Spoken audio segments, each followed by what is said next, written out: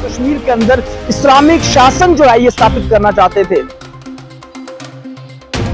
आज वो सभी युवा जो कश्मीर के वो सभी लोग जो है वो समझ चुके हैं कि आखिर किस तरह से उनका उपयोग हुआ। जेके फैक्ट देखने वाले सभी दर्शकों को नमस्कार, मैं हूं प्रदीप।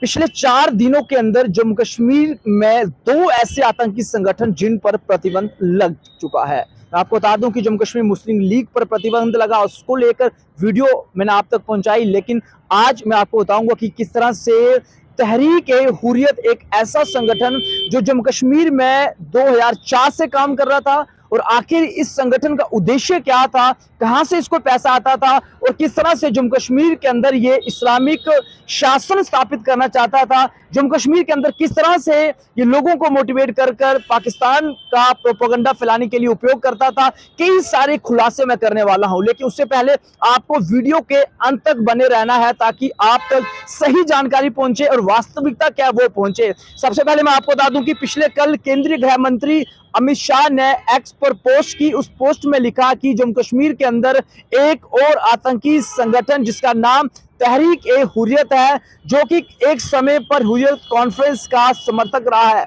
लेकिन उससे पहले आपको यह समझना पड़ेगा कि आखिर हुर्रियत कॉन्फ्रेंस 1993 में जब इसका गठन हुआ और उस समय इस हुर्रियत कॉन्फ्रेंस के अंदर 26 संगठन थे जो पाकिस्तान का एजेंडा चलाते थे, अलगाववादी विचारधारा को बढ़ावा देने के लिए काम करते थे। फिर उसके बाद मैं आपको बता दूं कि 2004 में गिलानी द्वारा जो है एक और संगठन की स्थापना की गई जिसका नाम है तहरीक-ए-हुर्रियत, और 2004 में जब स्थापना हुई, 2005 में जो है हुर्रियत कॉन्फ्रेंस का जो है कहीं ना कहीं बंटवारा हो जाता है और जो ये संगठन है तहरीक-ए-हुर्रियत ये भी जो है हुर्रियत कॉन्फ्रेंस का ही हिस्सा रहा है, जिसके चलते 2021 में गिलानी की डेथ हो जाती है और इस पूरे कालखंड के अंदर इन्होंने दबाकर जम्मू कश्मीर के अंदर तबाही मचाई, दबाकर जो है जम्मू कश्मीर के अंदर आतंकवाद को बढ़ावा देने के लिए जोर दिया। लेकिन कहीं ना कहीं चोट आतंकवाद पर तब लगी जब जम्मू कश्मीर से धारा 370 हटाई गई।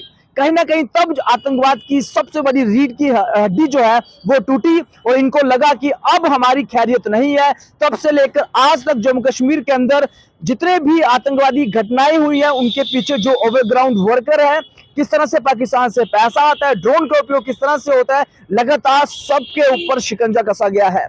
लेकिन अब मैं आपको बताऊंगा कि आखिर किस तरह से इस संगठन का उद्देश्य क्या था। इस संगठन का उद्देश्य था, जिस पर प्रतिबंध लगाया केंद्रीय गृह मंत्रालय ने, सबसे पहले उन्होंने लिखा है कि जम्मू कश्मीर के अंदर इस्लामिक शासन जो है ये स्थापित करना चाहते थे। दूसरा कारण लिखा है प्रतिबंध का कि जम्मू कश्मीर का विलय पाकिस्तान के साथ ये करवाना चाहते थे। तीसरा उन्होंने लिखा है कि जम्मू कश्मीर के अंदर आतंकी घटनाओं के लिए युवाओं को मोटिवेट करते थे, उनसे सेना पर पत्थरबाजी करवाते थे, उनको नशे की ओर धकेलते थे, इस तरह से काम करते थे। और तीसरा, पाकिस्तान का एजेंडा जो है जम्मू कश्मीर के अंदर चलाना, जम्मू कश्मीर के युवाओं को धोखे में रखना, खास करके कश्मीर के वो युवा जिनको हमेशा जो है इन संगठनों ने अंधेरे में रखकर इनका उपयोग किया।